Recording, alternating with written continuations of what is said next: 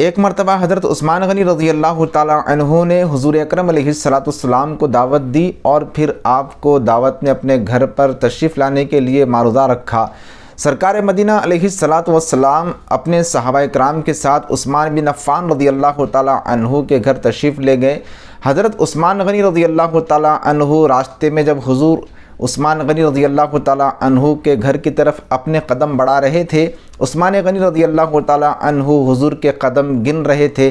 سرکار مدینہ علیہ السلام نے حضرت عثمان سے پوچھا، اے عثمان، میرے قدم گننے کی کیا وجہ ہے؟ عثمان غنی رضی اللہ تعالی عنہ نے عرض کیا، یا رسول اللہ علیہ السلام، میں چاہتا ہوں کہ جس قدر آپ کے قدم میرے گھر کی طرف آ رہے ہوں اتنے قدموں کے برابر میں غلاموں کو آزاد کروں۔ آپ کے ہر قدم پر ایک ایک غلام کو آزاد کرنے کی خواہش ہے میری، اس لیے میں آپ کے قدم پاک گن رہا ہوں۔ سرکار مدینہ علیہ السلام خوش ہوئے، اور جب عثمان غنی رضی اللہ تعالی عنہ کے گھر پہنچے تو حضرت عثمان بن عفان رضی اللہ تعالی عنہ نے حضور کے ایک ایک قدم پر ایک ایک غلام کو آزاد کیا۔ عثمان غنی رضی اللہ تعالی عنہ بہت مالدار تھے اور پھر ایک بہت شاندار دعوت کی اور صحابہ کرام نے دعوت تناول فرمائی۔ سرکار مدینہ علیہ السلام نے اس دعوت کو شریک ہو کر اس دعوت کو شرف بخشا، اور پھر عثمان غنی رضی اللہ تعالی عنہ بہت خوش ہوئے۔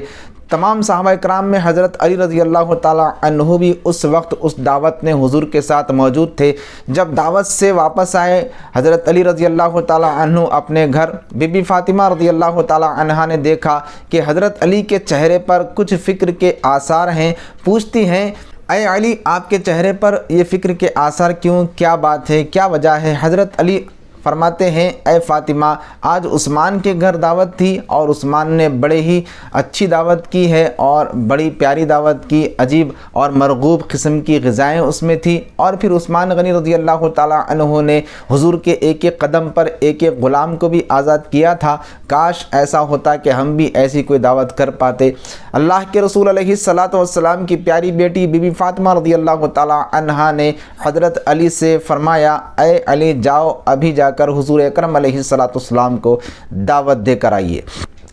حضرت علی رضی اللہ تعالی عنہ پہنچتے ہیں سرکار مدینہ علیہ السلام کی بارگاہ میں، اور پھر صحابہ کرام کے ساتھ حضور کو بھی دعوت دیتے ہیں، حضور کو دعوت میں مدعو کرتے ہیں۔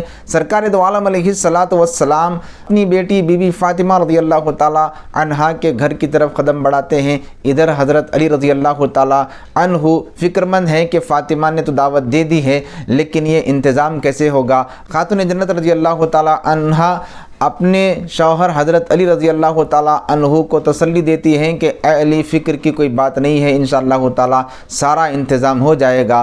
جب سرکار مدینہ علیہ السلام گھر میں تشریف لاتے ہیں بی بی فاطمہ کے، اور صحابہ کرام بیٹھ جاتے ہیں، اب ادھر خاتون جنت رضی اللہ تعالی عنہ دیکھتی ہیں کہ محبوب خدا تشریف لا چکے ہیں اور صحابہ کرام بھی بیٹھے ہوئے ہیں۔ اب حضور کی بارگاہ میں کھانا پیش کرنا ہے تو فوری سجدہ ریز ہو جاتی ہیں اور اللہ کی بارگاہ میں دعا کرتی ہے، مولا، تیرے محبوب کی دعوت ہے، تیرے محبوب کو دعوت ہم نے دے دی ہے، اب میری لاج رکھنا تیرے ہاتھ میں ہے، تو اس فاطمہ کو اللہ کے رسول کے سامنے شرمندہ ہونے سے بچا لینا۔ بس یہ دعا کر کے اٹھتی ہیں تو ہانڈی چولہے پر ہوتی ہے۔ جب ہانڈی کھول کر دیکھتی ہیں تو اس میں مرغوب قسم کی بہت ہی عمدہ غذائیں موجود ہوتی ہیں۔ سیدہ کائنات اس غذا کو حضرت علی کو دیتی ہیں اور فرماتی ہیں کہ آپ جائیے اور یہ صرف کیجئے، یعنی سرکار مدینہ علیہ السلام کی بارگاہ میں صحابہ کرام کے سامنے پیش کیجئے۔ وہ غذائیں، وہ کھانا سرکار مدینہ علیہ السلام بھی کھاتے ہیں، صحابہ کرام بھی کھاتے ہیں۔ حضور اکرم علیہ السلام پوچھتے ہیں صحابہ کرام سے، کھانا کیسا ہے؟ جانتے ہو کہاں سے آیا ہے؟ صحابہ کرام عرض کرتے ہیں، یا رسول اللہ علیہ السلام، کھانا تو بہت لذیذ ہے لیکن ہم نہیں جانتے کہاں سے آیا ہے۔ اللہ کے رسول ارشاد فرماتے ہیں، آج میری بیٹی کے گھر اللہ نے جنت سے کھانا بھیجا ہے، یہ فاطمہ کی شان ہے۔ اللہ کے رسول علیہ السلام جب یہ فرماتے ہیں کہ جنت سے کھانا آیا ہے، صحابہ کرام حیرت زدہ ہو جاتے ہیں کہ اسی لیے اس کھانے کی غذا اور اس کے اندر جو لطف مزہ ہے تمام کھانوں سے بہت زیادہ ہے۔ اللہ کے رسول علیہ السلام کی پیاری بیٹی بی فاطمہ رضی اللہ تعالی عنہا سجدہ شکر ادا کرتی ہیں اور پھر ایک دعا کرتی ہیں کہ اے اللہ، عثمان غنی رضی اللہ تعالی عنہ نے دعوت دی تھی تو انہوں نے ایک ایک قدم پر حضور کے ایک ایک غلام کو آزاد کیا تھا۔ یہ فاطمہ عرض کرتی ہیں کہ